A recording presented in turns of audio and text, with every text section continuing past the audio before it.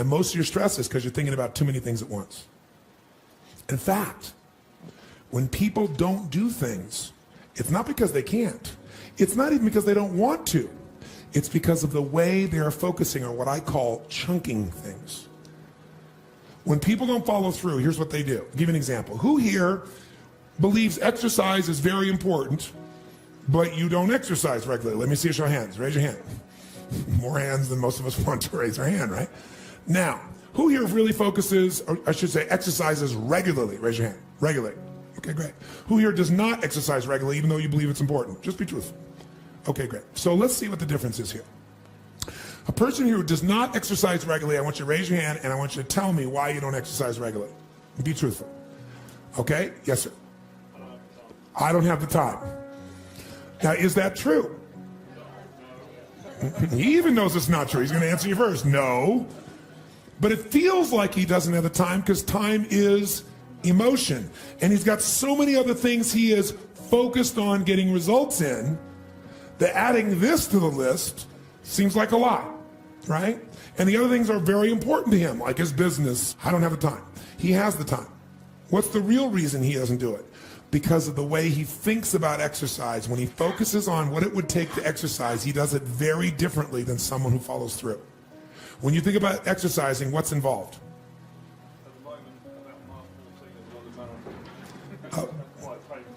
Okay, he starts thinking about, I got to get to mile 14 of the London Marathon, and that even the thought of trying to get to the 14th mile, much less the 25th mile, is like beyond my imagination right now. So he is what I call over-chunked. He's not thinking about what he wants, he's thinking about what's painful. You just saw a perfect example. He's not even thinking about victory or succeeding. So the chance of him following through on something that he associates major pain to, when he can do something else right now he can feel competent or successful at, his chances of following through are very limited. How many will follow that? Say I. His focus is on failure. His focus is on pain. That's why he isn't following through. Okay? He's also focused on the 14th mile of a marathon rather than today's workout. Which one seems more daunting to you? So when you think of what, and here's also what he's thinking about. He's thinking about the process, not the outcome or result he wants. And when you think about what it's going to take to do something, usually it takes a lot and you're not going to want to do it. So he's overchunked himself. He's trying to eat the whale whole without taking any smaller bites. And it seems too big for him, so he says, well, I'll do it when? Later. As my Australian friends would say, later. Right? And of course, the problem with doing it tomorrow is when you get to tomorrow, tomorrow is today, and tomorrow never comes. So, and you keep promising yourself. By the way, what does this do to you emotionally when you keep breaking your own promises with yourself? Or you keep failing to do things that you know are important? Does it increase your level of certainty and confidence? No. What it does is it erodes it. And when you erode confidence in one area, believe it or not, it affects the other areas too. Do you believe me on that? Don't believe me. What about your own life experience? Maybe not one area, but it starts to be multiple areas. It sure does. Another reason why somebody doesn't exercise or do anything is because they don't just chunk it too big, they chunk it in too many details. I'll give you a perfect example. So I asked somebody one time, I said, okay, how important is exercise? Oh, exercise is extremely important. Really? Okay, good. And tell me, why don't you exercise regularly? Well, I just don't have time.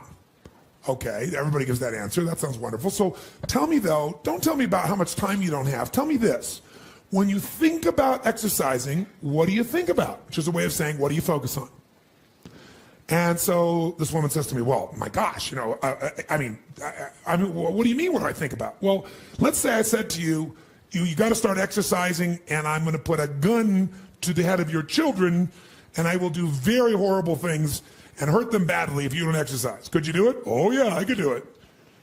You know, if some mafia person came here and said, I'm going to kill your children if you don't exercise every day, how many think you could find a way to exercise every day, no matter what your time constraints may be? So remember this. Remember this. Change is never a matter of ability. It's always a matter of motivation. I'll say that again. Change is never a matter of ability. It's always a matter of motivation or drive, having strong enough reasons. If you got a strong enough reason, you could figure out the time, couldn't you? So the biggest part of life and time management is knowing what you want and having enough reasons to follow through. But there is one more piece. If you make enough reasons to follow through and you know what you want, but you make the task overwhelming, you'll be overwhelmed. So I said to her, forget what I said. Let's just say you're really going to start exercising. You're going to do it regularly. How would you do it? What's involved with exercising? What's involved with exercising? What do you focus? She goes, well, if I was going to work out regularly, I'd have to find a club to join. I said, okay, well, so then what? She goes, well, you want to know the whole process? Yes, tell me the whole process of what it would take to exercise. She goes, oh my God, I'd have to get on the web and search for like all the exercise places around my home. And then I have to look through those and see which one is probably closest or which one is, probably nicest. And I don't really know, so I probably have to search on the web and like read about each of them and get a sense and see the pictures of the place. But of course, it's never the way they really show it to you. They always show you the best pictures. It's not really that nice. So then I have to get in my car and I got to find these places. So, I have to Google the location and look it up. And then I drive there. And, a lot of times the instructions are wrong on Google. So sure enough, I get the place that's not even the right place. And then I have to call the place on my cell phone. Then after I call the place, I got to write down the directions. Of course, I probably don't have a pen. I mean, you know how it is when you're driving. And so finally I get a pen, I draw down the directions, or try to remember in my mind, and I get to the place, and now I got to get a ticket. You know how you get that ticket, and then I got to go find a parking space. And then I find the parking space, and what do I got to do? Now I got to go into this place. And when you go in the place, you can't just go look around. They want to escort you, don't they? Some salesperson wants to escort me, so I got to go with the salesperson. They walk me around, they show me the locker room, and they show me this, and they show me that, and they show me all the stuff. And then let's say I want to even buy it here. I can't just give my credit card. They want me to fill out a little application. Like I'm 2 years old again. I'm in high school. Oh, come on, give me a break. And then I fill out the application, and I got to pay them, and then they want to sell me a 10 million year membership, and I just want to try this for 6 months. And then after all that, then they want to take a picture that looks worse when you take it than your driver's license. Plus, after that, now what I do? Now I got to flash the card, go into work out. And what I got to do work out? I got to take off all my clothes, and I got to hang them up in this tiny little locker where my stuff doesn't really fit, and it's going to get wrinkled, and I know it's going to fall off, and it's going to get wrinkled. It's going to be terrible. And so let's say now I do that, and so I go to the first station. I got to figure out which station to go to, so now they probably want to give me some trainer who's going to tell me what to do. But let's say I do it on my own.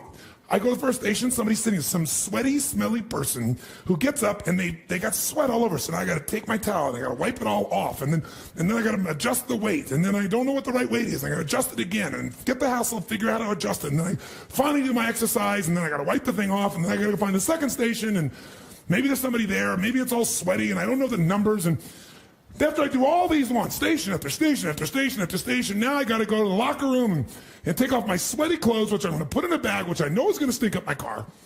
And then I got to go in and take a shower, and maybe I'll first do a steam room or something, but then I'm going to see body parts of other people I don't even want to see. And then I got to go and I got to do my hair and I got to do my makeup all over again. Got to start all over my makeup, do the whole thing and all these little pieces. And then I got to put on my now wrinkled clothes. And now I can't even just leave. I got to go to the front and I got to get my ticket stamped so I don't have to pay for it. Then I got to find my car, which I forgot where it is. And then I got to show it to the guy and then I drive out. That's what it takes to work out. Well, what does it take to eat? Just do it. What do you mean just do it? Well, I don't know. What kind you want? Italian. Okay, I know 12 places. Let's go. Well, what do you mean? See, eating is one chunk. Exercising is 3,229. Where every little step of what I got to do, I think about all the consequences and the elements and the pieces. And that's why they don't do it. They're over-chunked. What you focus on, you feel. What you feel, you are moved to somehow actuate. Change your question, change your life. When it comes to planning your life, I want to get you to learn to ask 3 questions now. And the first one is not, what am I going to do? And how many understand why now? Say I. The question you want to ask yourself is, what do I want? What's my outcome? What's my result? The word RPM, the first one, is to get you focused on the target. The target is not the activity. The activity can change. It's what's the result I'm after. If you know exactly what it is you really want, what you desire, what you're really after, clarity is power. The more clear you are on specifically what you want, the faster your brain can get you there. But if you're generally saying things like, what do I want? Well, I want more money. Fine, here's $1, get out of here. Did you achieve the outcome? Yeah, when you're that general, You think you're not getting your goal, you are. The way you language your goal, the way you think about it, you're receiving it. I want to feel a bit better. I want to lose some weight. Fine, you lost a pound, you're done. Because your brain's like a servo mechanism in a bomb and a missile. The old days, you shoot a missile and the target was going, and if you missed the trajectory, you missed it. Today, what happens when the missile's not on course? What happens? It locks on the heat signature, and what does it do? It moves and follows it. That's the way your brain is if it knows the outcome, if it knows the result. So RPM starts with, I got to know the result. This is a results planning system. The rapid planning method, but you can think of it as a results planning system. I need to know the result I'm after before I ever ask myself what to do. That takes more time, but it's worth it. Now, for time's sake, I'm not going to do this with you right now, but I'll tell you what I do when I've taught this to people and I've got a full weekend to do this in. Just give you a picture. If I asked you right now to write out your name, your full name. Now, some of you abbreviate your signature, but write out your full name in cursive. Go and do that one time. Write out your full name in cursive. I can't even use the word cursive. Is that really the word people still use? It means in handwriting, I guess, but in cursive. Just write it out full name, because you can do this later on. Now, if I had you get with a partner, and you can try this later if you want. I'm just going to tell you because I don't want to take the time because we have such limited time today. And I have your partner say to you with a stopwatch here, okay, ready? And I go, go. And you write it out. And you tell me when you're done. I go, stop. And I write down how long that was. So let's say you wrote out your signature and it took 5 seconds. And they say, ready? Write it out. Ready? Go. You tell me when you're done. Stop. And I write down 5 seconds. I have to do that 10 times. You'll find in the beginning, you'll be, let's say, 6 seconds. I'm making it up. Everybody's signature is different. And you probably might get down to as little as 5 seconds. If you have like an iPhone, you could do it as a digital stopwatch. You could see the milliseconds. Then I say to you, I want you guys to write every other letter in cursive. In other words, you're going to write half as many letters. How long do you think it would take to do it? Half as much time?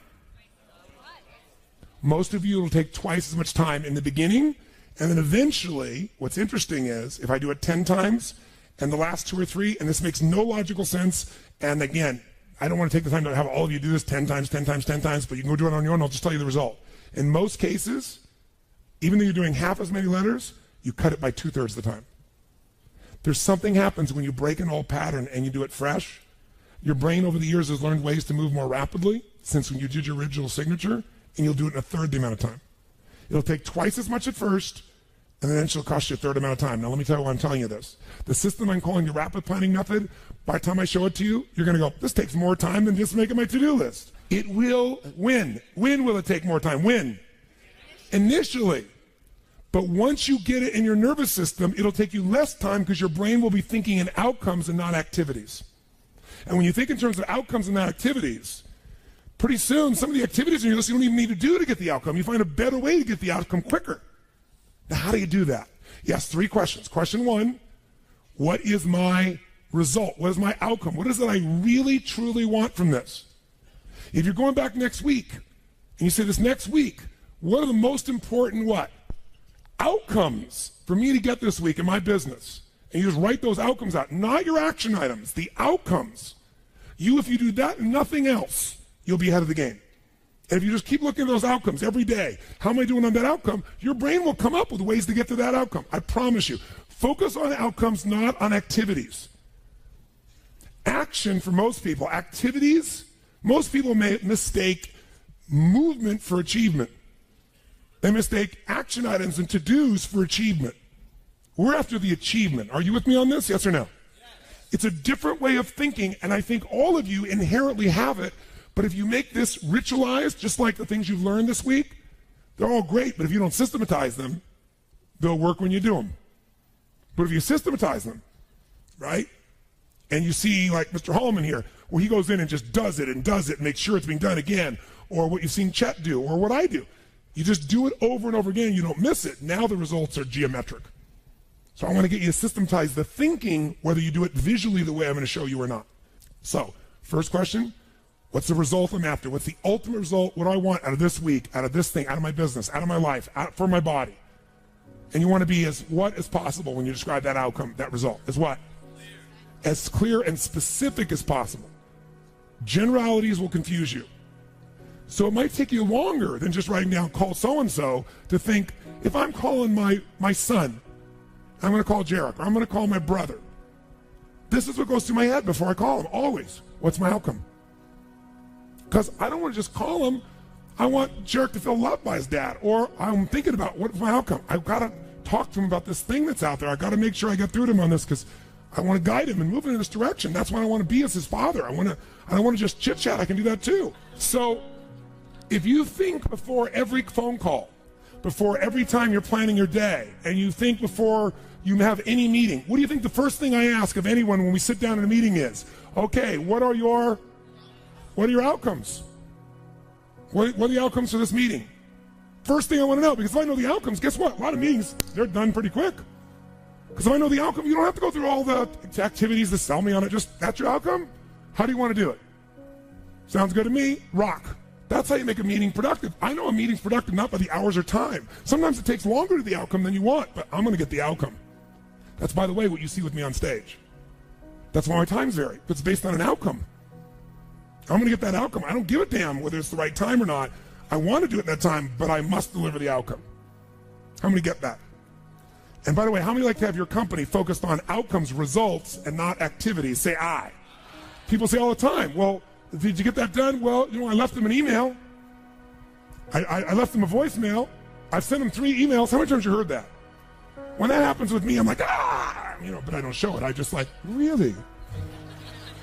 Wow, that's fascinating. We'll explain about our culture. It's about getting the result. So I can help you if you can't figure another way to do it, but there may be 12 other things we might want to do. Maybe they don't have the answer. Maybe somebody else can give us the answer. The outcome was to get this information, not to leave an email or 12 or 3 voicemails. That will not do any of us any good. How many follow?